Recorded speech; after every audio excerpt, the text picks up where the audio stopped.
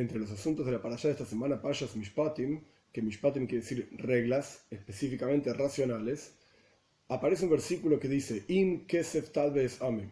Traducción literal, si dinero vas a prestar a mi pueblo. Y continúa el versículo explicando la prohibición de prestar dinero con intereses. Ahora bien, hay 3 lugares en la Torá en donde la palabra im, que en general es un condicional, si ocurrirá tal cosa, entonces está la otra cuestión. En 3 lugares específicamente, y este es uno de ellos, la palabra im no es un condicional, sino que es una mitzvah, un precepto. O sea, la traducción correcta es, has de prestar efectivamente dinero, sin intereses, etc., si la persona lo necesita, es pobre, etc. E incluso a un rico también hay una mitzvah de prestarle dinero, si lo necesita, etc.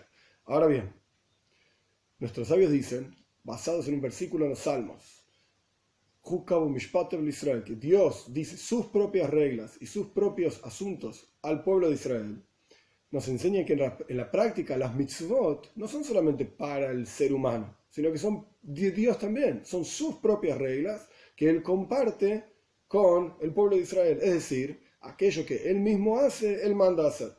Quiere decir que existe una mitzvah para Dios de prestar dinero.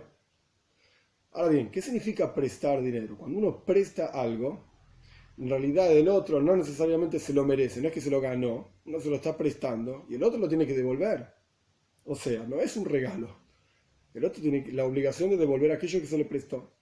Y más aún, cuando uno presta algo, en la práctica en forma de préstamo, significa que la otra persona puede utilizar ese dinero para lo que la persona quiera, sin excepción. No es que tiene que devolver exactamente los mismos billetes, el mismo objeto. No es que uno prestó una herramienta y uno está esperando de vuelta esa misma herramienta, sino que uno prestó un dinero, hizo un préstamo, la otra persona puede gastarlo en lo que quiera y después tiene que devolver ese préstamo y no se pueden cobrar intereses, etc. Ahora bien, si dijimos que Dios cumple los preceptos que Él nos manda a nosotros a cumplir, ¿qué significa que Dios presta y que está esperando algo de pago, de vuelta, y que uno puede utilizar ese préstamo para lo que quiera? Hay 2 formas en general de entenderlo. La primera, mucho más amplia, el préstamo divino es la neshama, es el alma, donde Dios nos presta plata, por así decir, kesef, en hebreo quiere decir plata. Pero hay otra forma de traducirlo, de la palabra nichsaf, nichsafta le dijo, anhelaste y deseaste, le dijo Laban a Jacob, volver a la casa de tu padre. Quiere decir que kesef representa el anhelo. La neshama, el alma por naturaleza, tiene un anhelo de vincularse con Dios. Y esto es lo que Dios le presta a cada uno de nosotros. En nuestro interior tenemos por naturaleza ganas de conectarnos con Dios. Vivimos en un mundo material donde la presencia de Dios está oculta, pero sin embargo tenemos en nuestro interior algo que Dios nos prestó. Fuerzas y ganas para reconectarnos con Él. Pero en la práctica, como dijimos antes, es un préstamo. Y uno puede utilizar ese préstamo para lo que quiera, a veces para bien, para cumplir toda la mitzvot, etc. y reconectarse efectivamente con Dios, o Dios libre y guarde para lo opuesto. Esto es en general el kesef, el dinero, el anhelo que Dios le presta a cada uno de nosotros y que después de 120 años, o como dicen los salmos, 70, 80, 120 años, Dios retira ese préstamo. En forma más particular, Dios le da energía a cada uno de nosotros, fuerzas, para que no solamente nos reconectemos en general con Él, etc., sino para que cambiemos este mundo en la práctica y lo hagamos una morada para Él.